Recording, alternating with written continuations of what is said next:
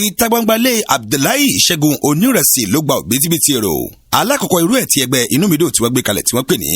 Ramadan lecture 2023 tọdún 2023 wẹ́rẹ́ ni oníwàásí wọlé tí gbogbo jàmáà sì ti dúró dè wọ́n láti fetí gbéyàwó ọ̀rọ̀ tí yóò ṣẹlẹ̀ àkọlé ìwàásí tí ẹgbẹ́ Inumidun tí wọ́n gbé kalẹ̀ tí wọ́n pè ní ìṣọ̀kan ìrẹ́pọ̀ àti ìfẹ́ àfọmọ́ Ọlọ́run ni wọ́n kọ́kọ́ fi bẹ̀rẹ̀ látẹnu Alfa Harun Ọlọ́run jórọrùn tó darí ètò ọ̀hún ní kété ìgbà tí ìmáàmù ìlú fẹ́ lóyè kalẹ̀ ọ̀pọ̀lọpọ̀ àwọn àlùfáà ló ṣe àtìlẹ́yìn fún ìmáàmù oníwàásí eléyìí tí àwọn ẹgbẹ́ Inumidun tí wọ́n pè tó jẹ́ alákọ̀ọ́kọ́ irú ẹ̀ ìmáàmù Sọ́líù Alákàndé farabalẹ̀ ṣe wáàsí ọ̀hún bákan náà lórí gbogbo àwọn tí wọ́n jẹ́ ọmọ ẹgbẹ́ ọ̀hún láti wà lórí ìṣọ̀kan ó ṣe àpèjúwe ìyà tí ń jẹ ìlú Ìpòbẹ́ láàrin àwọn ẹgbẹ́ olóṣèlú tó sì jẹ́ wípé gbogbo àwọn ọ̀dọ́ láti kọ́ ẹ̀kọ́ tó lọ́rìn níbẹ̀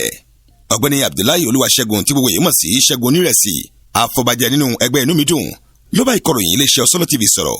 ohun tó sọ̀rọ̀ yìí lẹ́nu ọ̀pá gbohùngbohùn wa. wá sí ọ̀sẹ̀ lẹ́nu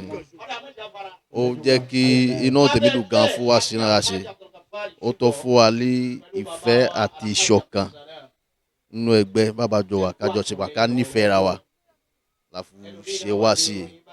ìyẹn náà kó lè kọ́ ẹgbẹ́ wọn náà yóò kú lọ́gbọ́n ó wà gbogbo ẹgbẹ́ kó máa ṣe wẹ̀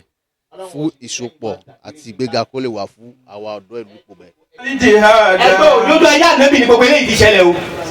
nígbà tí ogun àkọ́kọ́ tí wọ́n jà nígbà tí wọ́n dé lu Mọ̀dínà sábà gbé àwọn mùsùlùmí wọ́n wà lọ́kàn wọ́n gbọ́ra wọn yé wọ́n rẹ́pọ̀ wọ́n borí ogun náà. lákòótán Imam Aya Abdulhakeem ni wọ́n yàn gẹ́gẹ́ bí mísọ́nà fún ìjọ Nasfat láti fi àdúrà lélẹ̀ pẹ̀lú Suratul Kahf tí wọ́n fi kásẹ̀ rẹ̀ nílẹ̀ ẹ̀bùn ọlọ́kan-ò-jọ̀kan tó jẹ́ ẹ̀bùn gbà rélé òun náà ni gbogbo àwọn tí wọ́n jẹ́ màmá tó wà níkàlẹ̀ àti gbogbo àwọn ọkùnrin tó kópa láǹfààní